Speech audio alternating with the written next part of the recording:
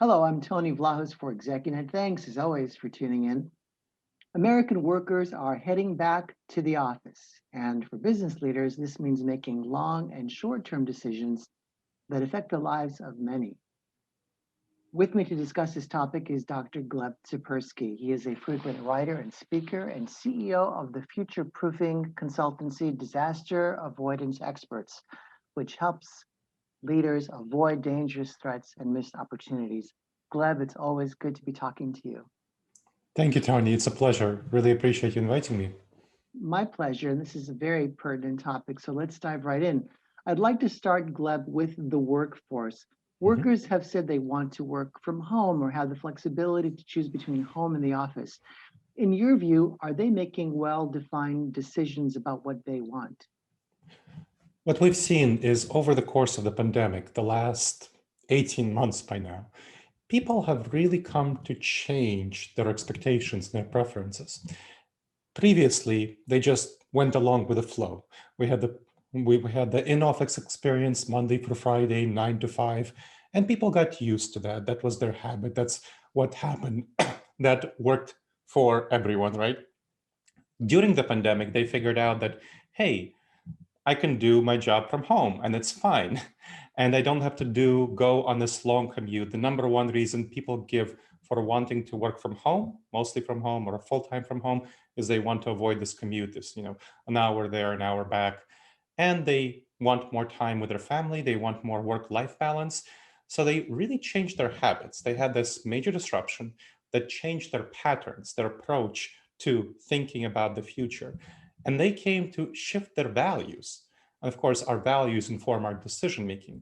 They came to shift their values to focus on flexibility. So when you look at the top things that people want in returning to the workforce, they want flexibility, returning to the office and so on. Flexibility is a top thing. So I think that decisions are well defined in terms of them really focusing on the value of flexibility. And when you look at surveys, so my book on this topic, Returning to the Office and Leading Hybrid and Remote Teams, Benchmarking to Best Practices for Competitive Advantage, it looked at 8 large surveys done by organizations like the Harvard Business School, Society for Human Resource Management, Microsoft, Slack. It found that overwhelmingly, over 85% of the people don't want to go back to a Monday through Friday 9 to 5 schedule. Something like 25 to 35 want full-time remote work, and something like 50, 60% want hybrid work 1 to 2 days a week mostly. So that's kind of what people have come to desire, and they know they can do their work from home. So I think their decision making is well defined from that respect, that they are orienting toward their values and knowing that they can do their work effectively from home, most of their work or all of their work. Okay, so let's talk about the leaders. And many have had extreme reactions to the hybrid model. Said differently, they don't want it. They want their office filled with people. Talk to me, Gleb, about the psychology behind their decision, their thinking around this hybrid model. What's going on there? Yeah, we've seen really problematic decision making by leaders. And the reason I say problematic is that we've seen them reverse their decisions. So look at what happened with Google, for example. Google was initially saying that we want all of our employees back in the office, it was talking about this, talking about this. And then some internal sources with the connections I have with Google told me that people were increasingly frustrated with this. They were leaving Google. There was serious hit to morale, and Google eventually reversed its policy. On May 5th, it said, okay, we'll allow up to 20% of our workforce to work remotely. The rest will have much more flexibility. And that, the top people leaving with plans changing, with morale and productivity, of course, taking a large hit, that cost Google millions of dollars. Funnily enough, on June 10th, Amazon reversed its plans for the same reason. And just about somewhere in mid June, Uber also reversed its plans. And now there was a Wall Street Journal article just a couple of days ago about how Goldman Sachs, JP Morgan are losing their top bankers because they don't want to go back Monday through Friday, 9 to 5, like Jamie Dimon and so on want them to do. So we see very clearly that it's costing leaders, and they knew it. There were these large surveys I mentioned very clearly showed this. Why do leaders want this? Why are they pushing for Monday for Friday, 9 to 5? Because it's comfortable for them. It fits their gut intuitions. And our gut reactions are not really evolved for the modern environment. They're evolved for the savanna environment when we're hunters and gatherers living in that savanna environment, ancient savanna environment, small tribes of 15 to 150 people. So right now, when leaders tell you to, when gurus tell you to go with your gut, follow your heart, and so on, leaders do that and they make serious mistakes, especially in situations of disruption, which we're in a very disrupted situation. So leaders, one of the biggest dangerous judgment errors that comes from our gut reactions, these judgment errors are called cognitive biases. One of the biggest is called the status quo bias. The status quo bias is a mental pattern where we want to get back to what we feel is the right way to behave, the right thing to do. We'll get back to it or maintain it. And so leaders who have spent 30, 40 years in their career being successful through in-office interactions, for having that oversight over their team, through having that social connection to their team members, they want that. They know they're successful in that environment, and they want to go back to where they feel successful. And that's a big problem because that goes against what the workers want. And right now, workers are resigning en masse because of this. So this is one of the big problems, the status quo bias. Another big problem is called the anchoring bias. We tend to be anchored to the initial information we have about a topic. And the initial information that leaders have, they started their careers before the office was digitized.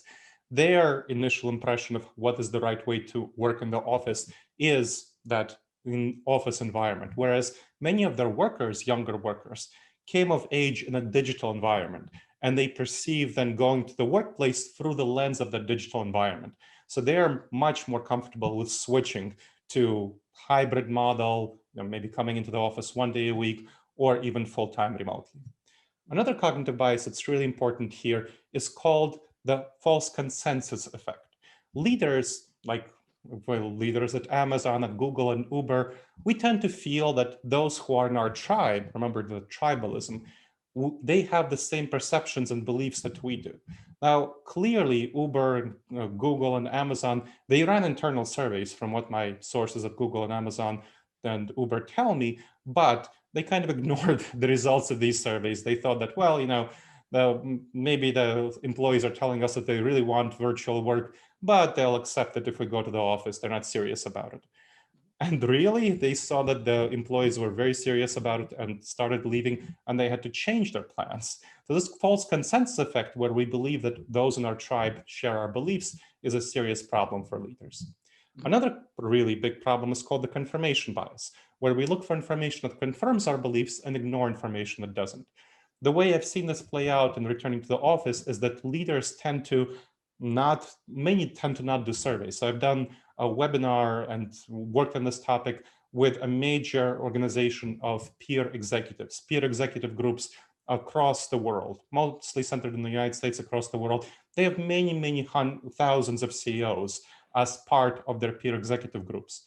And when they looked at a survey of these CEOs, they asked them, how many of you asked your employees what they want to do in returning to the office permanent post-pandemic arrangements for the workforce? Less than half of them surveyed their employees. Less than half of them asked their employees what they want to do. So they're ignoring information that doesn't align with their beliefs. And what they did instead is they talked to the CEO, talked to the C-suite talked to the senior VPs. And that's all. And so what happens is they get the same personalities from top leaders giving the same information. That's a big problem. Mm-hmm. And the final cognitive bias that's really serious here is called functional fixedness. That's kind of the hammer-nail syndrome. When we have a hammer, everything looks like a nail.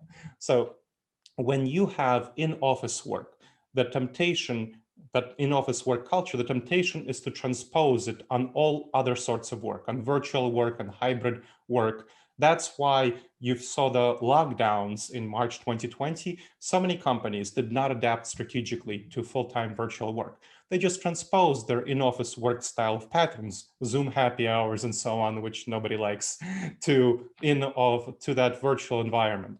And they did not strategically adapt to working virtually.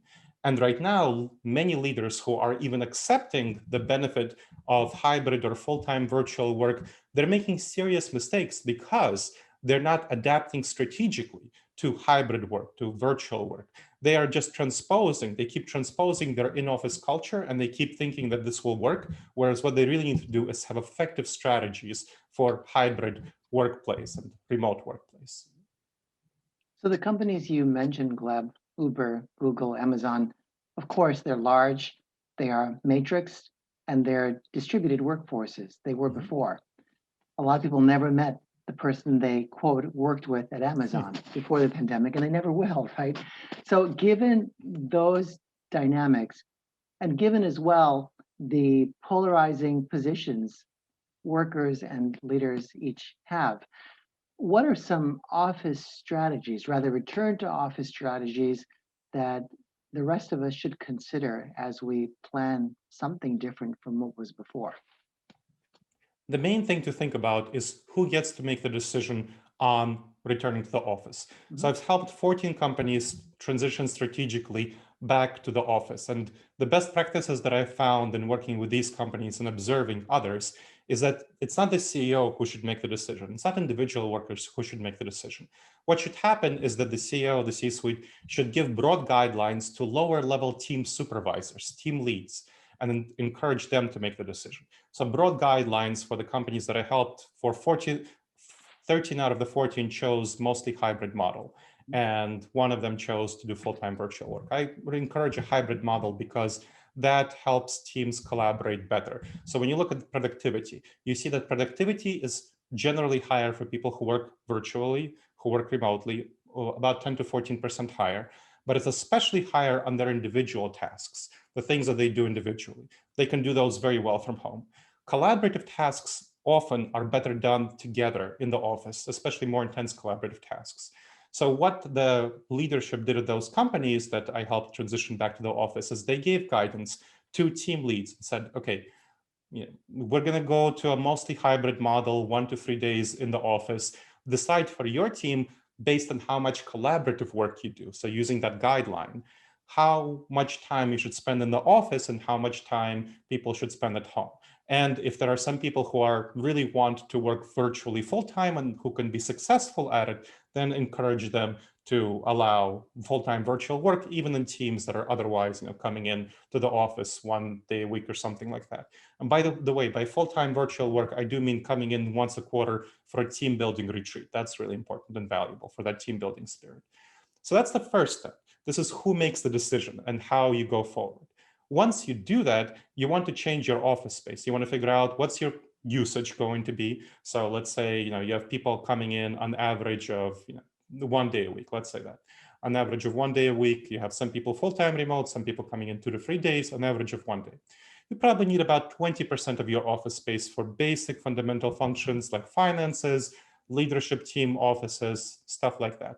The rest of your office space is going to be dependent on capacity, so that 80%. That means that you can probably get rid of something like 60% of your office space and save a lot of money on these real estate costs. So that's great for you when you're maybe thinking that. Then the rest of the office space, you need to transform it to be much more collaborative. Really transform it to have much more video conference space, informal lounges for collaboration. Do away with individual cubicles. You want to move toward a floating desk situation, hot desking, where individual teams have a couple of desks assigned to them or something like that, or they just take any desks, because people will not, when they come to the workplace, be doing their individual work. They'll overwhelmingly be doing collaborative work. Maybe they'll do a little bit, an hour of individual work between team meetings. So that's a second step. The third step you want to be thinking about is changing your performance evaluations. Your performance evaluations, the typical way it is they're done on the amount of time, the time that a person spends working, which is usually in the office. That's not great. That's not a great way of measuring people in a hybrid model, full-time virtual model. So you want to move away from that. You want to move toward, instead of measuring them based on their productivity, their accomplishments, their deliverables. And that involves not doing once a year annual large evaluation, but small evaluations every week, where the subordinate sends a team leader a report on their top 3 to 5 accomplishments for the week, their challenges that they had, what they did to solve these challenges, and their plans for going forward for the next week, and their self-evaluation. And then they have a 15 to 30-minute meeting with the team leader on discussing these accomplishments, maybe getting some coaching on solving the problems better, and then agreeing on or revising accomplishments for next week, and then agreeing on or revising that self-evaluation. And that all feeds into a broader promotion system. So that's a much, much better approach for a hybrid/virtual workplace. So that's the third step. Two more things. One thing is adapting your culture. You really need to shift your culture. So I mentioned that you don't want to transpose in-office work activities on that culture. You want to make sure that you have native virtual formats of interacting. And one of those will be digital co-working. On days when you're not in the office, everyone goes into a video conference meeting and they say what they want to work on for about an hour. And then they turn their microphones off, they leave their speakers on, and they can turn their videos on or off. And then they work and they ask any questions. They turn their microphones on to ask any questions that come up. That's a very connecting way of working and performing that helps get clarification on a number of issues. And that's a really effective way of adapting your culture to this hybrid model or even fully virtual model. So that's one thing. Another thing that you want to do in this context is you want to do virtual mentoring, where you want to assign a mentor for junior team members, one person from their team and one person from outside of their team. Especially important from outside of their team, because what research shows happens is that in a hybrid model or fully virtual model, people become less connected to the rest of the company, who is not their team members. They don't run into them in the offices and so on. So you want that connection to the rest of the company through that virtual mentor. And finally, you want to address digital discrimination. There's been a lot of research showing that things like, let's say, privilege cause people with minority status, especially women, to be much more interrupted in meetings, video conference meetings. And there's also various other forms of digital discrimination. So you want to make sure to address that. So that's the fourth point. The fifth point tied to culture is upskilling. You want to make sure to train your people to do effective hybrid work. They're not used to it. They don't know what it means. They've done some virtual work. They've done full-time in-office work. Hybrid work means things like really preparing intensely for that time that you'll be in the office, doing your individual tasks at home and doing preparation for team meetings at home, and then making sure that in the team meeting you can perform as well as you possibly can, because that's kind of your one time for, let's say that's 1 day a week, your one time to do collaborative tasks. Then you also want to make sure that you are good at virtual communication and virtual collaboration. I'm surprised by how few companies have invested into training their people on effective virtual communication during the pandemic. There was a lot of money spent on communication training before the pandemic. Virtual communication is very different than in-person communication. Companies have not spent money on that. And especially this hybrid dynamic where some people will be in the office, some people will be dialing into a video conference meeting. That's a very difficult thing to do. You want to train people on how to do that effectively. And the same thing for teamwork. People have been trained on teamwork a lot before the pandemic, but during the pandemic, virtual collaboration, virtual teamwork is very different than in-person teamwork. And there has not been training on this. So you really want to train people on effective hybrid/virtual teamwork. So those are the 5 areas of returning to the office that you really want to be thinking about. Wow, well, it's a full slate of creative options as well as firm recommendations. I appreciate that very much. So, Gleb, when we're back to some model that we will call a model, whether it's hybrid or anything else, how do leaders ensure that communication between they and managers and the workers is ongoing? Not just that the door is left open, but there's an active approach to communication around, hey, how is this working for us? What's not working? What are some tactics there? Well, what you want to do is make sure to not fall into the false consensus effect and think that what you think is good is also what your employees think is good. And you also want to avoid the problem that very many of these executive CEOs of the peer executive companies that I mentioned, that large organization, chose to not survey their employees. So, but the start of this process is going to be saying to your employees that, look, this is what we're doing. Here is the guidance going forward, but we're open to being flexible and changing it if it seems like it's not working for you very well. So that's really important. You want to preposition the return to the office by saying that this is what we think.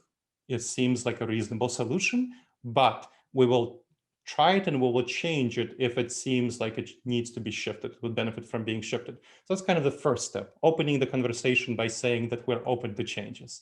And then actually doing changes as needed. So surveying your people first, first surveying them every month and then moving to surveying them every quarter. So definitely for the first 6 months, surveying them every month and then making changes, improvements based on these surveys. And then once you're seeing that the surveys are generally good, surveying them every quarter to see what kind of transitions are going on in people's lives and how they're adapting and seeing if there are any shifts needed. So that's how you want to keep the conversation open. Wonderful. Well, Gleb, thank you for making time and sharing your insight. I'm sure our audience will learn a lot from this conversation and hopefully will implement the things that are right for their organization moving forward. Thank you. You're very welcome, Tony. Thank you for inviting me.